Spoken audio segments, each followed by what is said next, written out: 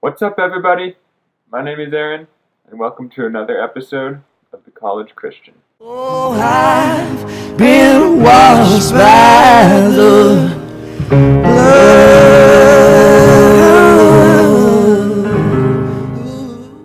Okay, so I know my banner says new episodes every Tuesday, and it's been 2 Tuesdays and nothing has come out. So what is up? Well, last week I decided to do a challenge, and the challenge was to go 7 days with no phone, no laptop, no TV, and no electronic use whatsoever. So the question you may be asking yourselves is, what inspired me to do such a crazy challenge? And to be honest, it was just a huge spur of the moment decision. It was Sunday afternoon, and I was sitting there looking at my phone, and it was really boring. And I just thought to myself, I wonder what I would do if I didn't have this phone to look at. So I was like, well, why don't I try it? And then I was like, well, while I'm at it, why don't I just get rid of my laptop and TV too and see what's going to happen? So I did it. I went 7 days. I only used my phone in the evenings to look at a map for work, and I used my laptop once to Skype some friends who I hadn't talked to in a few months. But other than that, I didn't check any email, I didn't go any messages, I didn't text anyone, nothing. With all that being said and told, I learned some valuable things this week, and so here are my 7 takeaways from my 7 days with no phone, no laptop, no TV, no internet, no electronic use. Number 1, I am way too reliant on technology. Okay, so the first couple days where I was doing this, I was going absolute crazy. Because every single time I wanted to just find out a simple fact, or I wanted to listen to music, or I wanted to check the weather, I realized I couldn't. Like, the amount of things I'm dependent on my phone for just hit me. Number 2, I have a lot more time than I think. This week I really found that I was able to slow down and enjoy life a little bit more.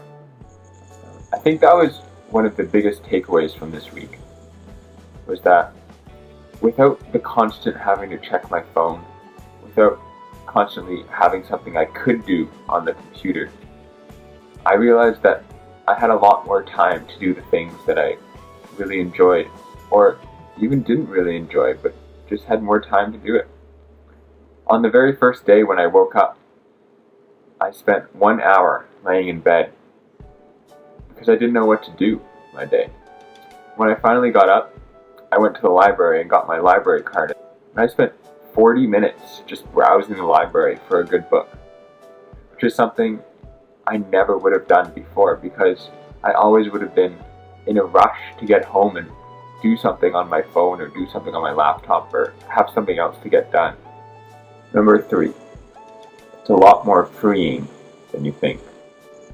I know staying in constant contact with people is a good thing, and that being able to contact them, I suppose, is a better way of saying it, is a good thing.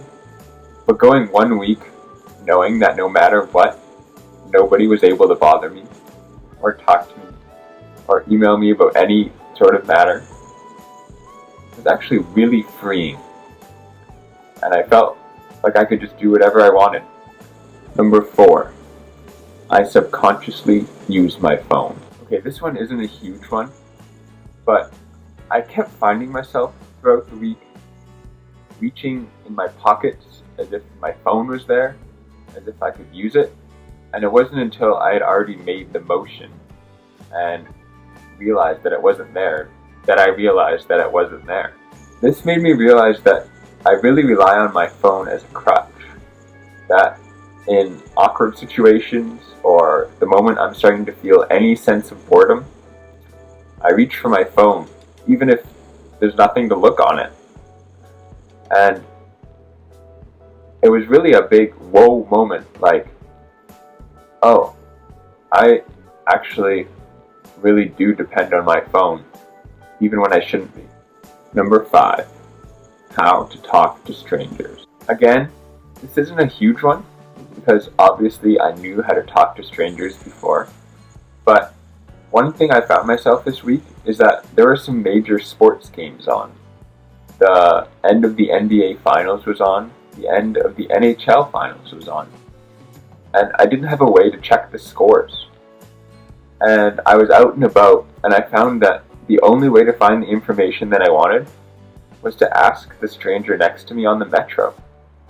It forced me to step out of my comfort zone in order to find out the information that I wanted. Number 6, how to discover things through trial and error and patience.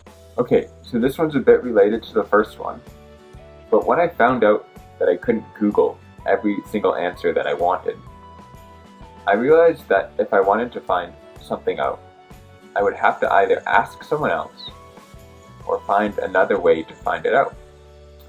And one example of this week was that I was on my guitar, and I'm not super great at guitar, and I was just trying to remember the G major scale on guitar.